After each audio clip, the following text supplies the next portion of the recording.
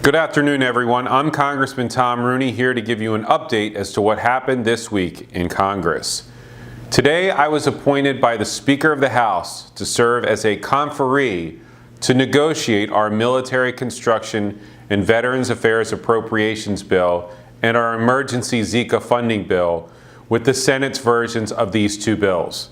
This process represents the benefits of a Republican-controlled House and Senate functioning under regular order and going about our business in a productive way.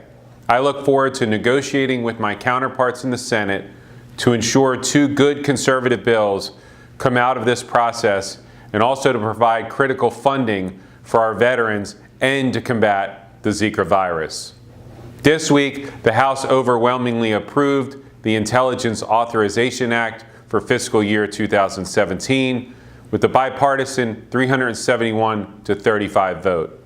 As chairman of the subcommittee on emerging threats, I'm proud that this bill supports critical national security programs, including those protecting Americans against terrorism and cyber attacks. At the same time, the bill ensures that Congress has the means to conduct vigorous oversight over the intelligence community's activities. National security and protecting the American people cannot be a partisan issue, which is why I was glad to see the House come together and pass this bill with such bipartisan support. Also this week, the House supported the Toxic Substances Control Act Modernization Act, which updates the way the United States assesses and manages the risks posed by chemicals and the products that contain them.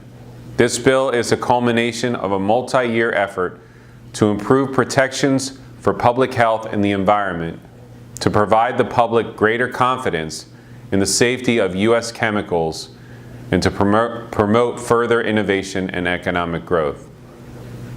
And finally this week, the 2017 Energy and Water Appropriations Bill unfortunately failed on the floor of the House today.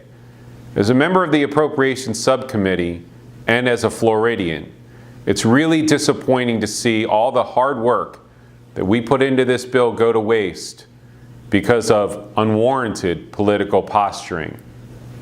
Let me be clear, to vote against this bill was to vote against funding for urgently needed Everglades restoration, the Kissimmee River Restoration Project, and the Herbert Hoover Dike construction projects. Specifically, I would not be able to go home and face my constituents in Florida had I voted against this critical funding bill, and I'm disappointed that my colleagues on both sides of the aisle could not get behind this bill.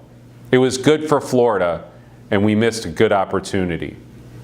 Thank you for taking the time to listen to this message. I hope you and your families have a great Memorial Day. We thank you to all those that served and paid the ultimate sacrifice.